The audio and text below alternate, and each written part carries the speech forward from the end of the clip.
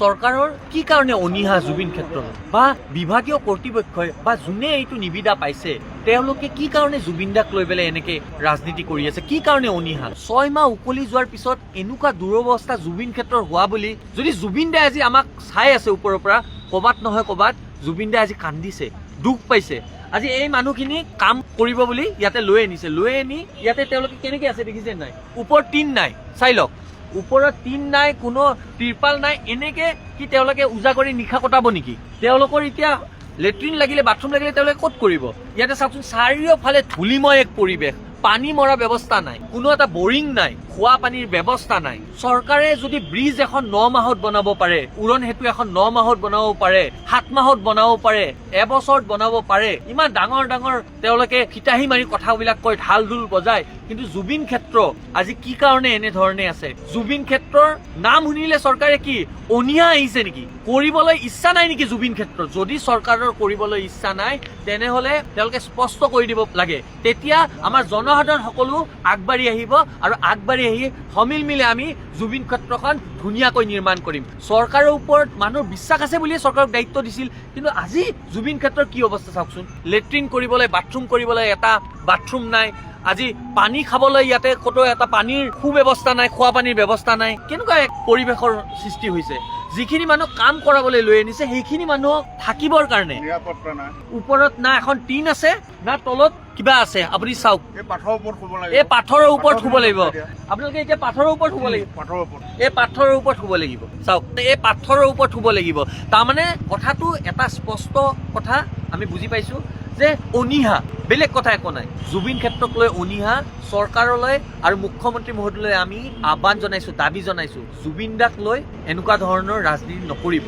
চৰকাৰে এই অনীহা ত্যাগ কৰি অনতিপলমে জুবিন ক্ষেত্ৰখন আটক ধুনীয়াকৈ, যাতে সমগ্ৰ বিশ্বৰ পৰা মানুহ আহিলে জুবিন ক্ষেত্ৰৰ আগেৰে গ'লে যেন মানুহে ৰৈ যাবলৈ বাধ্য হয় ইয়াৰ পৰিৱেশ দেখি, সেনেকুৱা এক জুবিন ক্ষেত্ৰ নিৰ্মাণ কৰক। আজি 6 মাহ উকলি যোৱাৰ পিছত 6 মাহ লাগে নেকি জুবিন ক্ষেত্ৰ এখন নিৰ্মাণ হবলৈ? জুবিন দাৰ আত্মাই কিন্তু শান্তি পোৱা নাই। আৰু এটা কথা ঠিক, আপুনি আজি যদি কাৰোবাৰ লগত বেয়া কৰে, আপোনাৰ লগতো কিন্তু বেয়া হোৱাটো নিশ্চিত।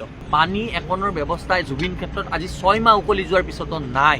আজি চাৰিওফালে ধূলি ধূলি, বৰিঙেৰে পানী মৰা ব্যৱস্থা ইয়াতে নাই। তাতকৈ ডাঙৰ কথা, যিসকল মানুহ লৈ আনিছে কাম কৰাবলৈ, সেইখিনি মানুহক এনেকে জমৰ শাস্তি দি মাৰিছে। চাওকচোন, এই এনেকে এই চাৰিওফালে এইবিলাক তেওঁলোকক হ'ব কৰিম কৰিম কৰি আছো এনেকে কৈ কৈ কৈ কৈ আভুৱা ভৰি ভৰি মিছা কথা কৈ কৈ এতিয়ালৈ তেওঁলোকক ৰাখিছে। ওপৰত এখন টিনৰ ব্যৱস্থা নাই, তলত এখন কাৰ্পেটৰ ব্যৱস্থা নাই। জুবিন ক্ষেত্ৰত কাম কৰাৰ কাৰণে আপোনালোকক লৈ আনিছে। হয়, ক'ৰ পৰা ক'ত ঘৰ আপোনালোকৰ? আহতগুৰি, আহতগুৰিৰ পৰা লৈ আহিছে। কি বুলি কৈ লৈ আনিছে? কাম কৰিব লাগে, মিস্ত্ৰী হিচাপে মিস্ত্ৰী হিচাপে। আপোনাৰ আটাইকেইজন মিস্ত্ৰী? আচ্ছা আচ্ছা।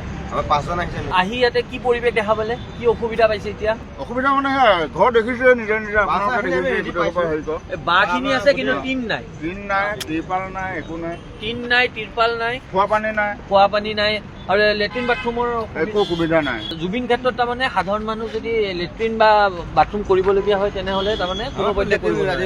পানী লাগিব। এতিয়া আপোনালোকে যদি ধৰি লওক ৰাতি লেট্ৰিন কৰিবলগীয়া হয়, আপোনালোকে ক'ত কৰিব? জেগা চিনি নাপাওঁ। আপোনালোকে জেগা চিনি নাপায়। আৰু আপোনালোকক যোনে মাতি আনিছে তেওঁলোকে কি কয় এতিয়া? তেওঁলোকৰ লগত ফোনত যোগাযোগ হৈছে নাই আপোনালোকৰ? নাই, কিয়? তিৰপাল আহি আছে, টিং আহি আছে, আহি আছে আহি আছে আহি আছে।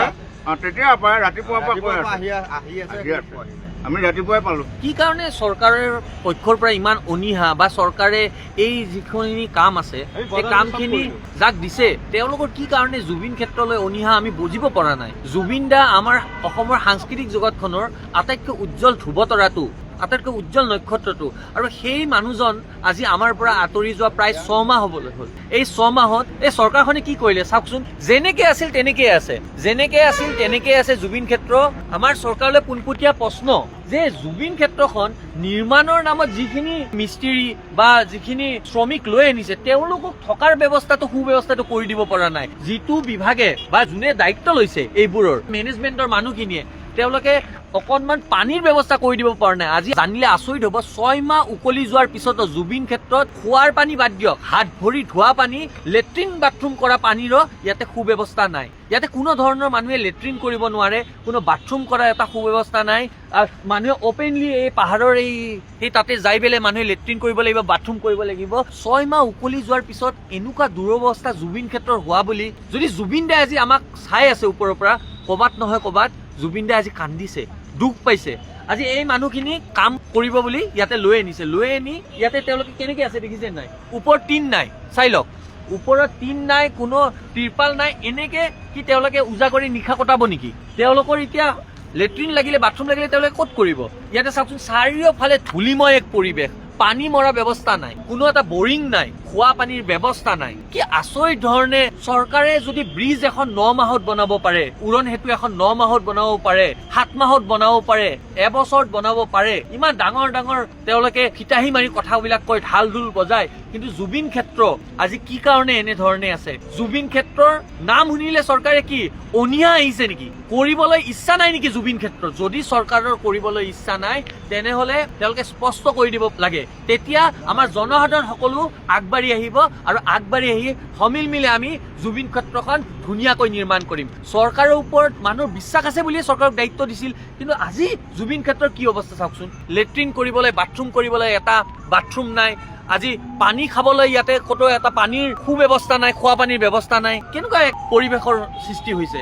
যিখিনি মানুহ কাম কৰাবলৈ লৈ আনিছে সেইখিনি মানুহ থাকিবৰ কাৰণে নিৰাপত্তা নাই, ওপৰত না এখন টিন আছে, না তলত কিবা আছে। আপুনি চাওক, এই পাথৰৰ ওপৰত শুব লাগিব, এই পাথৰৰ ওপৰত শুব লাগিব। আপোনালোকে এতিয়া পাথৰৰ ওপৰত শুব লাগিব, পাথৰৰ ওপৰত, এই পাথৰৰ ওপৰত শুব লাগিব। চাওক, এই পাথৰৰ ওপৰত শুব লাগিব। তাৰমানে কথাটো এটা স্পষ্ট কথা আমি বুজি পাইছো যে অনীহা, বেলেগ কথা একো নাই। জুবিন ক্ষেত্ৰক লৈ অনীহা। চৰকাৰলৈ আৰু মুখ্যমন্ত্ৰী মহোদয়লৈ আমি আহ্বান জনাইছো, দাবী জনাইছো, জুবিন দাক লৈ এনেকুৱা ধৰণৰ ৰাজনীতি নকৰিব।